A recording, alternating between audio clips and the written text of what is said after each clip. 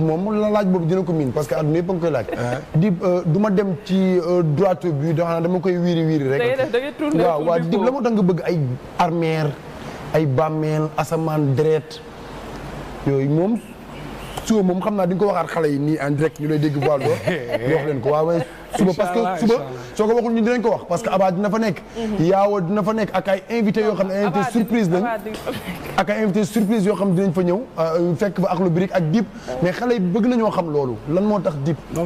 xam nga boo demee ba laaj ma tey lan moo tax may wax ay armère dafa fekk nit yi am na benn image bu ñu am ci loolu quoi ay armère ay deret affaire yooyu ban image lañ am ci loolu peut-être dañ ko ragal peut-être dañuy gis ni c'est un peu voilà du loo xamante ne dañ koy tàmm di waxtaanee quoi donc loolu noonu moo tax sax yow nga ma koy laaj parce que su ma doon wéy si ay poupée wala si ay affaires yoo xamante ne peut-être amul lu si xaw a am danger wala lu si xaw a lëndëm doo ma ko laaj quoi alors que y a rien de noir ci armère ñun ñëpp nu ñu amee droit wu juddu noonu la ñu amee droit wu dee nu ñu amee yoonu juddu noonu la ñu amee yoonu dee parce que dafa bokk si ñun dañ ko wax quoi tu es né poussière tu retourneras poussière donc am na affaire yoo xam ne jarul ragal ay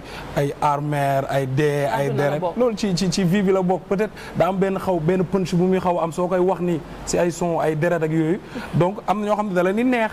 parce que nit moo bëgg affaire yu mel noonu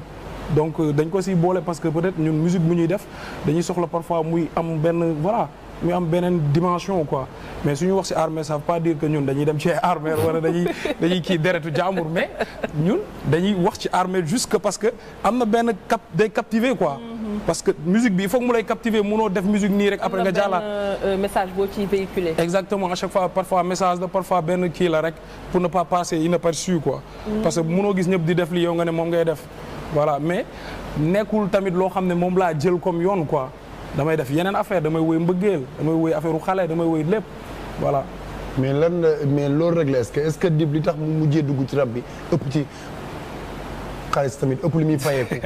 ëpp ci xaalis est-ce que loolu rek la est-ce que du amul fenn fu Dip bokk. amul ay lobby ci waaw cum sama rakk jéem a sàmba am na ci yu ma mënta yegg yow comme dara du la ci fekk. mën topp mën ci yegg yow sama rakk ji ayca léegi comme ni ko Yaawa